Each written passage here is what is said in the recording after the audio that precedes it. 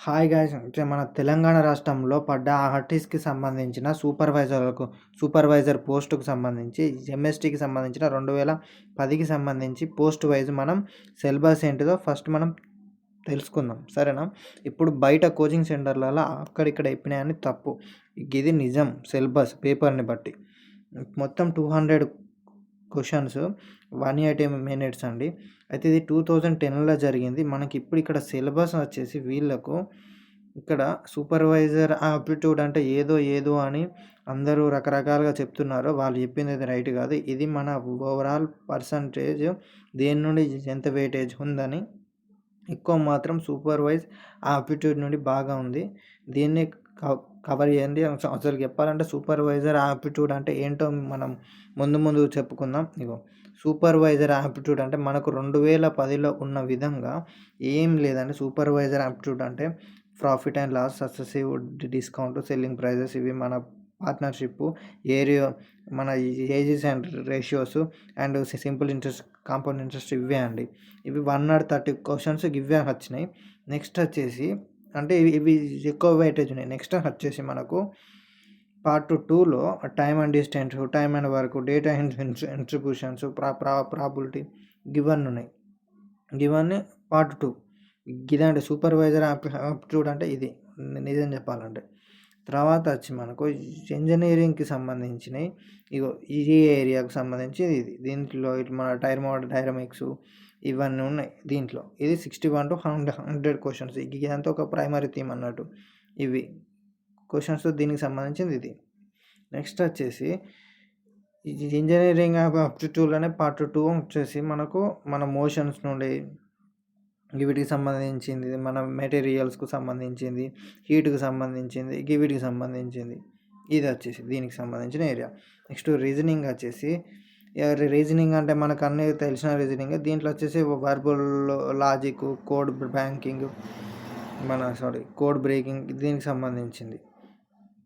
ఇవన్నీ దీనికి సంబంధించింది. ఇది కూడా ఈజీ అని తెలుసు. కోడింగ్ అండ్ డీకోడింగ్ సిరీస్ వీటి. రీజనింగ్ పార్ట్ 2 వచ్చేసి వర్బల్ అండ్ స్పెటికల్ ఇంటెలిజెన్స్ దీనికి సంబంధించింది. దీనిలో ఫిజిక్స్, మ్యాథ్ కలిపి ఇట్లా దీనికి సంబంధించింది. మన నాన్ వర్బల్ లాజిక్ నుండి బాగా వస్తాయి.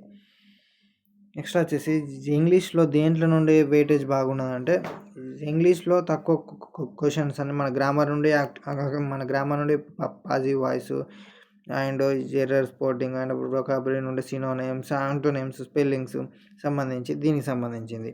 ఇందులో చూసారుగా క్వశ్చన్స్ దేంట్లో దిగా ఇది ఒక 15% వెయిటేజ్ మాత్రమే.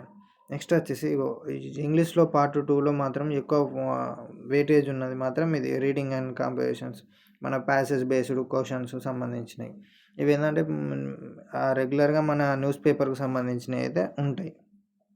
నెక్స్ట్ వచ్చేసి మన జనరల్ సైన్స్ జీకే నుండి అయితే హిస్టరీ నుండి, జాగ్రఫీ నుండి, పాలిటీ నుండి, బయాలజీ, ఫిజిక్స్, కెమిస్ట్రీ నుండి వస్తాయి. అంటే ఒక దగ్గర ఒక 20 క్వశ్చన్స్, ఒక 30 క్వశ్చన్స్ ఉంటాయి.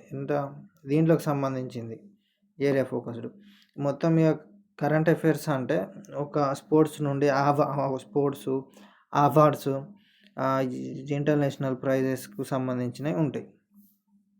ఇలాంటి మొత్తం మన స్ట్రాటజీ ఏంటంటే ఫస్ట్ మనం ఫోకస్ చేయాల్సింది సూపర్వైజర్ ఆప్టిట్యూడ్, రీజనింగ్. దీంట్లో ఉండి బాగా వెయిటేజ్ ఉంటుంది. ఫస్ట్ మనం దీంట్లో ఉండి ఫోకస్ చేయాలి.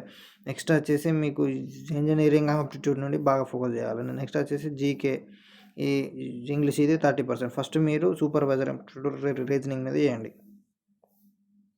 ఇవి దానికి సంబంధించిన కొన్ని ఫార్ములాలు అని ఉంటారు. దీంట్లో ఇచ్చినాయి సూపర్వైజర్ ఫార్ములాలు. ఇవి ఇంజనీరింగ్ లాస్కు సంబంధించినవి.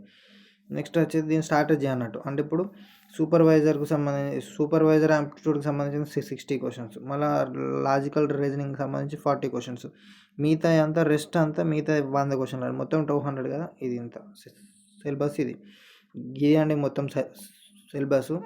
దీన్ని పట్టుకొని ఇన్స్టిట్యూట్ వాళ్ళు దీనికి సంబంధించి రకరకాలుగా చెప్తున్నారు. అవేం నమ్మకుల్లి. ఇది వాస్తవం.